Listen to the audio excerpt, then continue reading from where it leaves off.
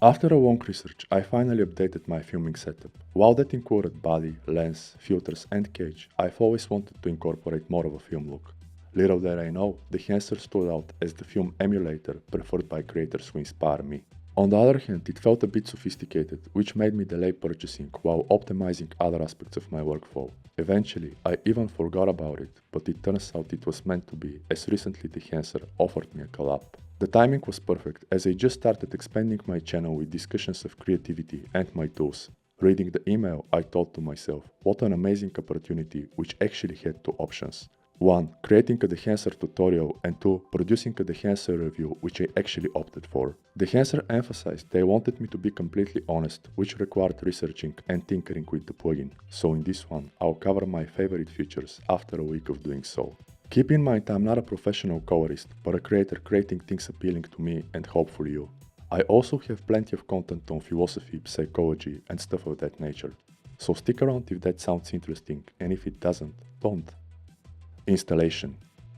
Dehancer has versions for different analyses such as Lightroom and Photoshop, and after finding yours, its installation is seamless. 1. You download and install Dehancer, and 2. You let the widget do that with the libraries.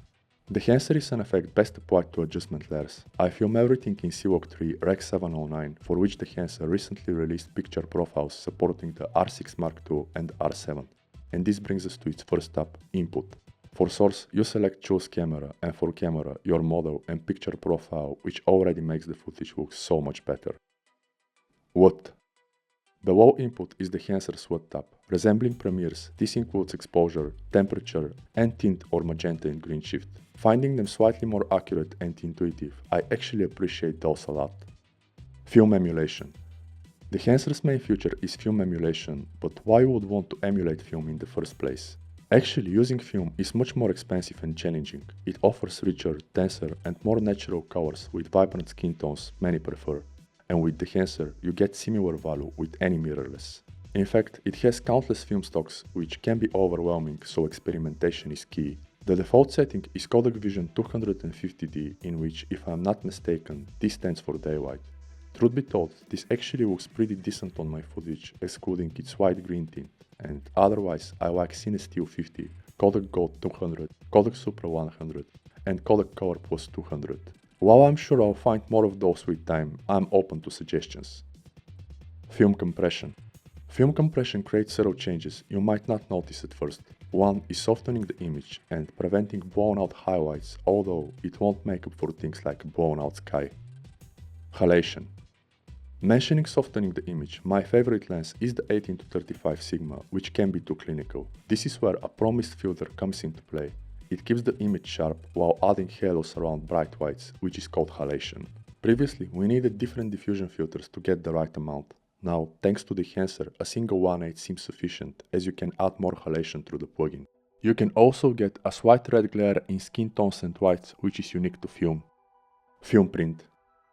Film print is a section I didn't quite understand initially, so I researched, and according to Dehancer's blog, film printing is the last technical stage of analog movie production. As a result, we get a film print that can either be shown directly on the screen using a film projector or scanned and then used for digital delivery. The section controls the exact kind of film you emulate, for which I go by eye. I found that codec 2383 is preferred by most, but it looked too harsh on some of my footage.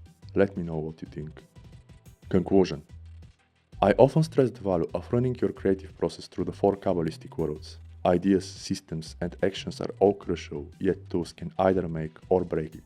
Picked haphazardly, they cause frustration. Chosen selectively, tools let us create smoothly, actually fostering creativity, especially for those of us Rick Rubin calls craftsman creators.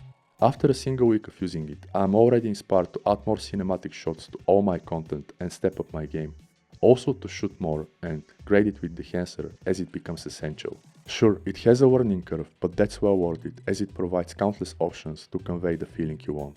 I'll continue experimenting with it, being exceedingly grateful for this opportunity. Basically, Dehancer offers everything you need for both color grading and film emulation, and that's just not my opinion. It's actually shared by numerous others, so go check them out, such as the links in the description, subscribe, and thank you for your time.